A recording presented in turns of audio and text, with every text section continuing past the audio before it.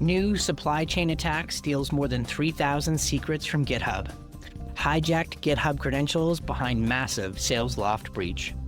ChatGPT just as vulnerable as humans are to being manipulated. And hackers are impressed by popular restaurants' commitment to terrible security practices. This is Cybersecurity Today, and I'm your host, David Shipley, coming to you from beautiful San Diego. Let's dig into the latest. GitGuardian has discovered a new supply chain attack they're calling the Ghost Action Campaign. It infiltrated more than 800 GitHub repositories across 327 users. Attackers slipped malicious GitHub Actions workflows into projects, starting with the fast UUID library, and used them to steal over 3,300 secrets. Those secrets included PyPI, NPM, and Docker Hub tokens, all funneled to an attacker-controlled server. The good news is the attack was caught quickly. On September 5th, GitGuardian raised the alarm, and by noon, PyPI had locked the affected project, and the malicious commit was rolled back. There is no sign that tainted packages were uploaded during that window. But the problem went further. GitGuardian found similar malicious workflows in at least 6 other public and nearly 10 private repositories, all pointing to the same endpoint. The company created issues in more than 570 affected repos and alerted GitHub, NPM, and the PyPI security teams. Monitoring continues to ensure stolen credentials aren't abused. This is just the latest string of attacks on developer environments, tools, and processes so far this year. In July, attackers compromised TopTotal's GitHub organization, pushing malicious NPM packages downloaded thousands of times before they were taken down. And around the same time, a zero-day in OpenVSX, the extension marketplace for VS Code derivatives, put millions of developers at risk before it was patched. And in August, a Chromium Sandbox escape flaw, CVE 2025-4609, exposed about 1.5 million developers to risk through Electron-based IDEs. The lesson here, it's not just finished software packages that are under attack looking for vulnerabilities. The entire software development ecosystem, from build tools to workflows, is an increasingly prime target. Protecting these environments, hardening these processes is critical to defending the modern software supply chain. And on that note, Mandiant is providing new insights into the massive SalesLoft breach, which has led to compromises for major cybersecurity and SaaS firms, Salesforce CRMs, and potentially hundreds of other victims. What we're learning today is that in March through June 2025, the threat actor accessed SalesLoft's GitHub account. With this access, the threat actor was able to download content from multiple repositories and add a guest user, as well as establish workflows. The investigators noted that the attacker had done reconnaissance activities between March and June in the SalesLoft and Drift application environments. But their analysis has found no evidence beyond limited reconnaissance related to the SalesLoft application environments itself. The threat actor then accessed Drift's AWS environment and obtained OAuth tokens for Drift customers' technology integrations. They then used those stolen OAuth tokens to access data from clients via any integrations they'd done with Drift. Sunday's update from SalesLoft and Mandiant comes as SaaS giant Workiva becomes the latest to announce a breach of their customer information via their CRM. Attackers stole business contact information including names, email addresses, phone numbers, and support ticket data. Importantly, Workiva stressed that its own SaaS platform and customer tenant were not impacted. Customers have been warned to watch for the inevitable increase in phishing attempts that will follow.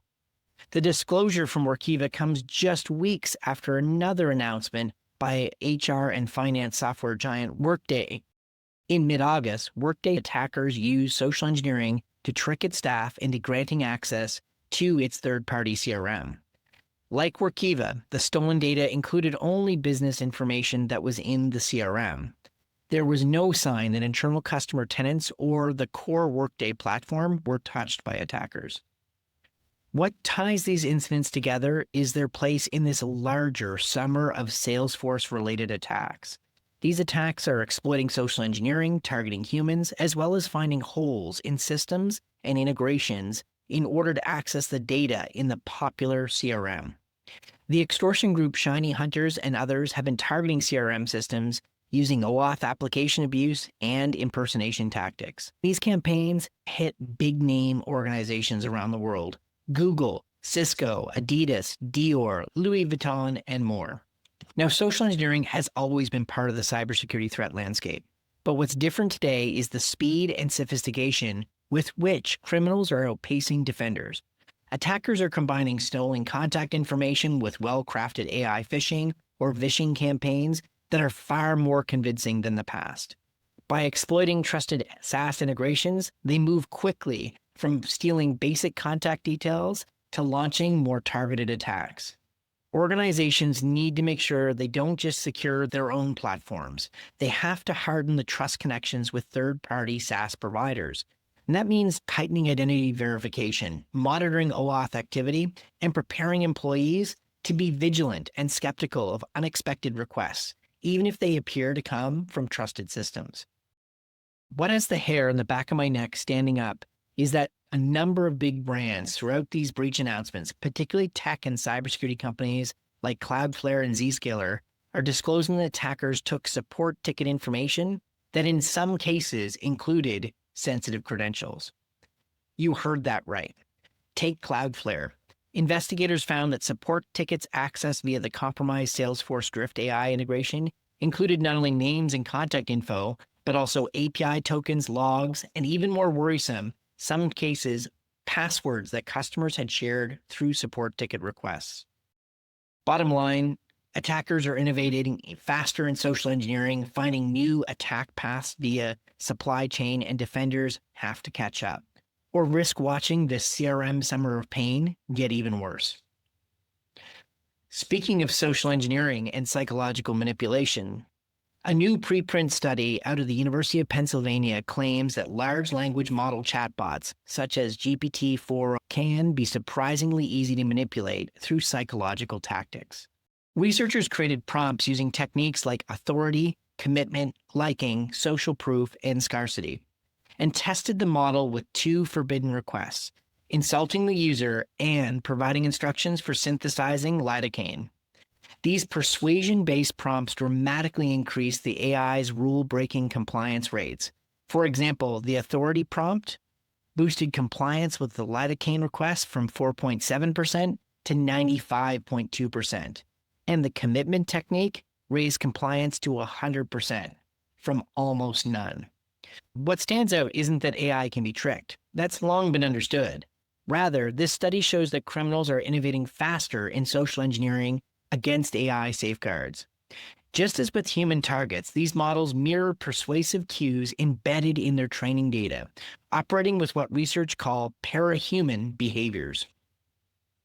These findings underscore a growing reality. Even well-intentioned guardrails can be bypassed with clever prompting grounded in social psychology.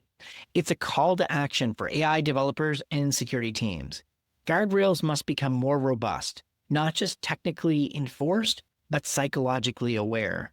And now is the time to be engaging at a far deeper level with the social science community. The next generation of AI threat vectors, it's not just technical, it's psychological. This is the kind of story that gives senior executives and their PR teams some serious upset stomachs and indigestion. And it was so well written by Mark Tyson at Tom's Hardware.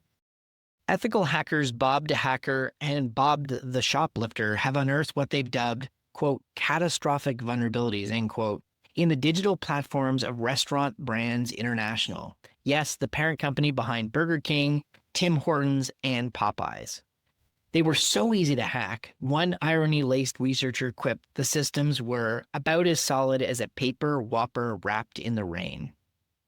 Across all three brands' assistant platform domains, imagine assistant.bk.com, assistant.timhortons.com, and assistant.popeyes.com, the flaws rolled out the red carpet. The researchers could create accounts thanks to a forgot to disable signups API, bypass email verification entirely via the GraphQL introspection, and use a create token mutation to elevate themselves to admin to access the systems. And if that doesn't make you do a double take, passwords were also hard-coded in the HTML, including an admin password buried in the drive-through tablet interfaces. Yes, admin, in plain sight, in the code. For the cherry on top, the duo could listen in on live drive-through conversations, including ones containing personal data, because RBI funneled those recordings to AI systems for analysis. If customer privacy wasn't already toast, that sealed the deal. Despite acting responsibly and disclosing the issues, the ethical hackers say they received no acknowledgement from Restaurants Brand International and capped the report with, quote, "Wendy's is better," end quote. But this won't be the only bite on this particular pain sandwich. One can just hear the privacy commissioners and regulators unwrapping their next tasty investigation, which for Tim Hortons comes just 3 years after the last regulator Stern talking to for a creepy tracking portion of its mobile app. That's Cybersecurity Today for Monday, September 8th. If you missed last weekend's in-depth interview with ESET researchers who built an AI to turn CVE documentation into workable exploits in under 15 minutes for less than $1, Jim did a great job following the story we covered on a Monday morning segment. As always, stay skeptical and stay patched. Please help us spread the word about the show. Like, subscribe, leave a review. And if you enjoy the show, tell others. We'd love to grow our audience, and we need your help. I've been your host, David Shipley. Jim Love will be back on Wednesday.